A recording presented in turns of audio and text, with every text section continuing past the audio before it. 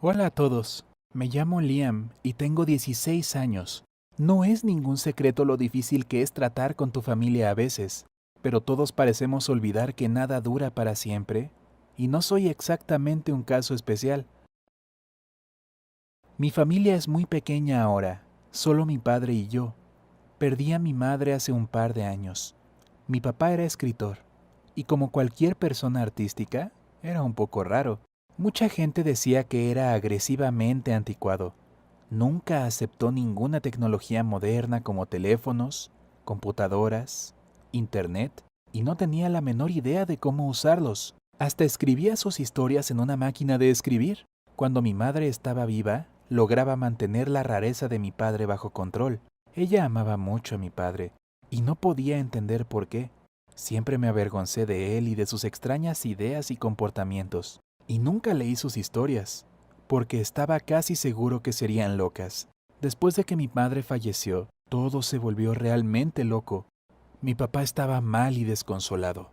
No sabía cómo vivir su vida sin mi madre. Estaba absolutamente indefenso. Nuestra vida se convirtió en un completo caos. Cuando llegaba a casa de la escuela, siempre encontraba platos sucios o rotos en el suelo, pilas de basura y el refrigerador o el grifo abiertos. No solo era molesto limpiar esas cosas, se estaba volviendo realmente peligroso.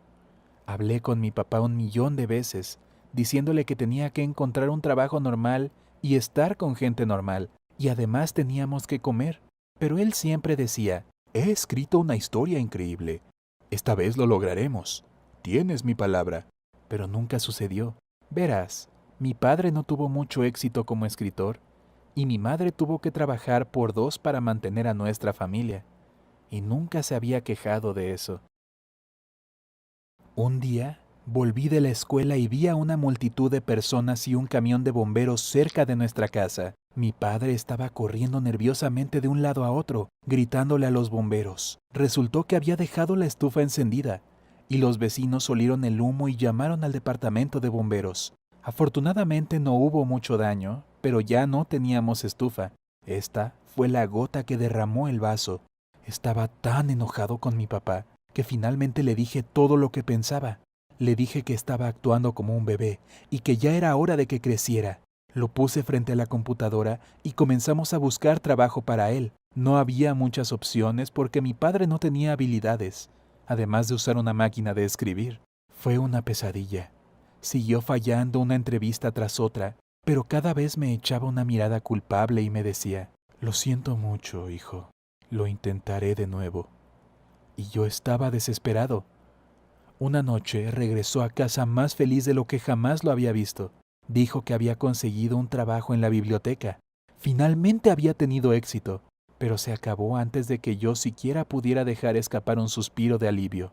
Recuerdo a mi padre sentado en el sillón, loco de ira, diciéndome que él solo había querido poner todos los libros en el orden correcto, porque era una pena tener libros guardados así. Y también había discutido con su jefe después de que le dijera que no tenía derecho a hacer eso sin permiso. Mi papá solo me miraba, esperando que lo defendiera, pero ni siquiera lo dejé terminar. No dije una palabra y me fui a mi habitación. A medida que pasaban las semanas, comencé a notar que mi padre se estaba volviendo cada vez más extraño.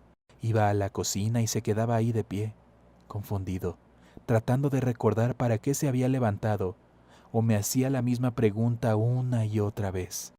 Llevaba ropa sucia y su pelo creció realmente largo, pero nunca se lo peinó. Una vez, camino a casa desde la escuela, encontré a mi padre completamente perdido en nuestro vecindario. Estaba temblando, y cuando me acerqué a él, se asustó, como si no me reconociera, y me preguntó, ¿dónde está Hailey? ¿Dónde está mi esposa? Ese fue el momento en el que me di cuenta de que algo malo ocurría con él. Me preocupé mucho. Traté de hacerlo ir al médico, pero se negó totalmente a ir a menos que estuviera en su lecho de muerte. Como no había nadie que pudiera ayudarnos, tuve que llamar a mi tía, la hermana de mi padre. No se entendían bien ya que ella nunca había apreciado a mi papá, pero esa era mi única opción. Cuando llegó a nuestra casa, se sorprendió al encontrar a su hermano en el estado en el que se encontraba. Lo empujó dentro de su automóvil y fuimos a la clínica de inmediato. Mi padre hizo algunas pruebas y el médico no tardó mucho en darnos la trágica noticia. Estaba en la etapa temprana de la enfermedad de Alzheimer. Me quedé en el suelo. Mi tía se echó a llorar y mi pobre padre estaba ahí sentado, sonriendo. Apenas podía entender lo que estaba pasando. Después de esto, pasamos por momentos realmente difíciles. Mi padre empeoraba cada día. Se había vuelto completamente dependiente de mi tía y de mí. Tuvo ataques de pánico. Olvidaba dónde estaba su habitación. Un día le traje su café de la mañana y me preguntó, ¿quién eres, chico? Sentí que mis ojos se llenaban de lágrimas. Ese fue el día que perdí a mi padre. Nunca más me reconoció. Su memoria seguía desapareciendo. Siempre me preguntaba, ¿dónde está Hailey? ¿Y dónde está mi pequeño Liam? Un domingo me desperté en mi cama porque escuché un horrible estruendo. Y luego oí a mi tía gritando. Corrí al pasillo y vi a mi padre tendido en el suelo. Se cayó de las escaleras y se rompió una pierna. A partir de ese momento, mi tía insistió en que lo mantuvieran en el hospital, no en casa. Pero yo conocía a mi padre. Los hospitales eran su pesadilla, y yo no quería que sufriera aún más. Me quedaba junto a su cama todos los días después de la escuela. Él no hablaba mucho porque pensaba que yo era un extraño. Parecía que nada podía traerlo de vuelta a sus sentidos. Pero se me ocurrió una idea. Tomé uno de sus libros de la estantería y comencé a leerlo en voz alta. Nunca lo había leído antes y fue tan increíble. Había escrito sobre una niña de ojos brillantes, en la que inmediatamente reconocí a mi madre. Había una historia sobre un niño que pasaba todos los días en su casa del árbol, jugando a los piratas, que en realidad era yo. Recordé esa casa del árbol.